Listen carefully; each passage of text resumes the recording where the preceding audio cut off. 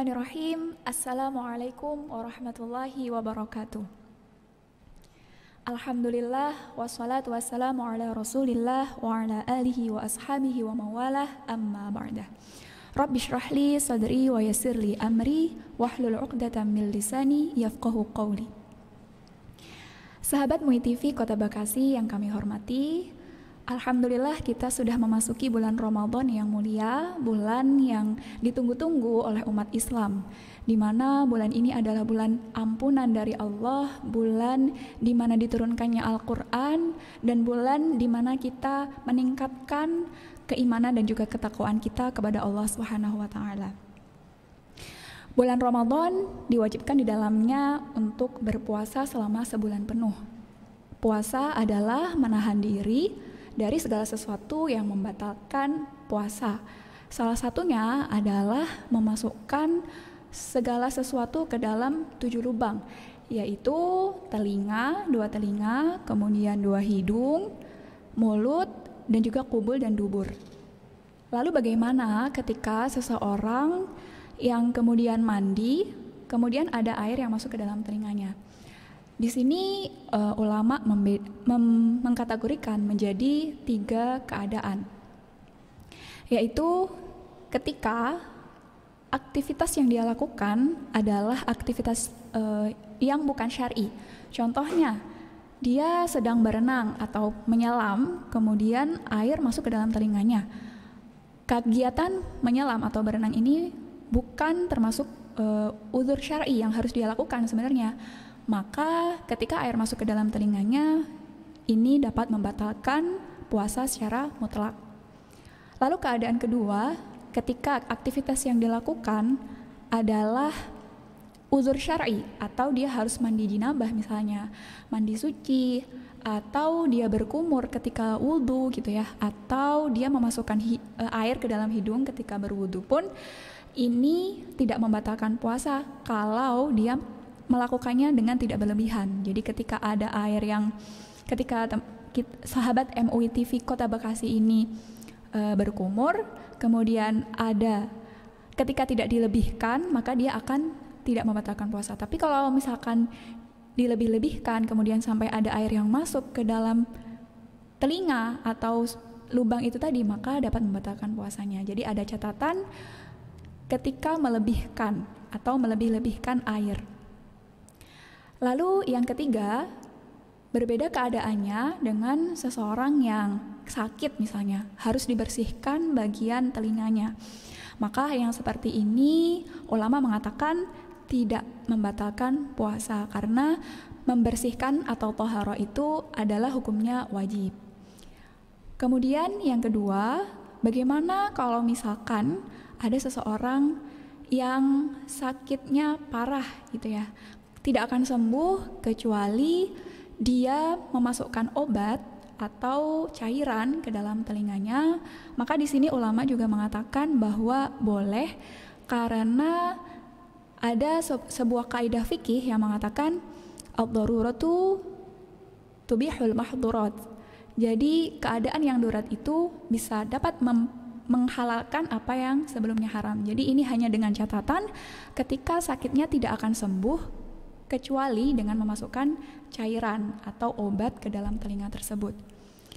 Nah, lalu permasalahannya, ada mungkin sahabat MUI TV yang sakit mata misalkan.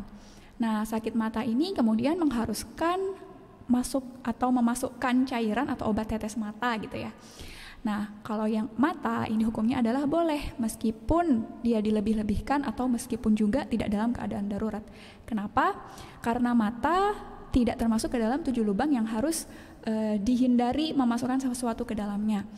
Mata ini adalah jalurnya tidak sampai kepada tenggorokan. Jadi semisal sakit kemudian memasukkan obat tetes mata ke dalam telinga, maka diperbolehkan meski tidak dalam keadaan darurat gitu ya. Lalu selanjutnya bagaimana dengan Ramadan nih? Ramadan rame gitu ya, jadi banyak kegiatan-kegiatan atau aktivitas yang mungkin tidak dilakukan ketika sebelum Ramadan. Nah, pada saat Ramadan masyarakat Muslim banyak melakukan kegiatan lain, seperti membuka warung dadakan musiman di bulan Ramadan misalnya. Jadi membuka warung takjil dan lain sebagainya. Lalu bagaimana sih hukum untuk membuka warung di siang hari di bulan Ramadan? Di sini mazhab Syafi'i mengatakan bahwa boleh untuk membuka warung dengan catatan. Jadi seorang yang memiliki warung ini atau pemilik toko ini harus berniat bahwa warungnya ini akan melayani atau dibuka untuk seseorang yang diperbolehkan untuk tidak berpuasa. Contohnya adalah seorang yang sedang haid atau berhalangan, melayani orang-orang yang haid, atau juga boleh orang yang safar gitu ya, atau melakukan perjalanan yang boleh untuk tidak berpuasa, yaitu melakukan perjalanannya sudah melebihi 80,6 km seperti itu ya, yang boleh untuk tidak berpuasa. Maka dalam keadaan seperti ini pemilik warung harus berniat atau mengazamkan bahwa warungnya ini dibuka untuk orang-orang yang tadi boleh berbuka atau boleh tidak berpuasa pada siang hari. Nah, di sini penjual juga harus mengkondisikan bahwa warungnya tidak, atau makanan yang disajikan tidak terlihat oleh lalu lalang orang. Nah, ketika makanannya itu dibungkus di dalam warung misalkan, atau tidak kelihatan sehingga menggoda orang-orang yang berpuasa, maka ini juga diperbolehkan. Jadi ada beberapa syarat yang harus dipenuhi oleh penjual warung. Nah, penjual ini juga harus meyakini bahwa makanannya akan dimakan ketika berbuka puasa. Lalu bagaimana seandainya ada seseorang yang datang untuk membatalkan puasa di warungnya? Maka penjual wajib untuk tidak melayani atau menutup warungnya jikalau memungkinkan ada orang yang berniat untuk membatalkan puasanya di warung tersebut. Seperti itu insya Allah. Baik sahabat MUI TV Kota Bekasi yang dirahmati oleh Allah, semoga kita dapat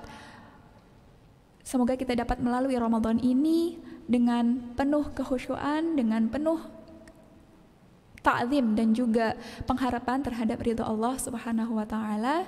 Marilah kita sama-sama meningkatkan ukhuwah dan juga keimanan dan juga ketakwaan kita, sehingga nantinya kita keluar dari Ramadan menjadi seorang pribadi yang lebih baik lagi insyaallah.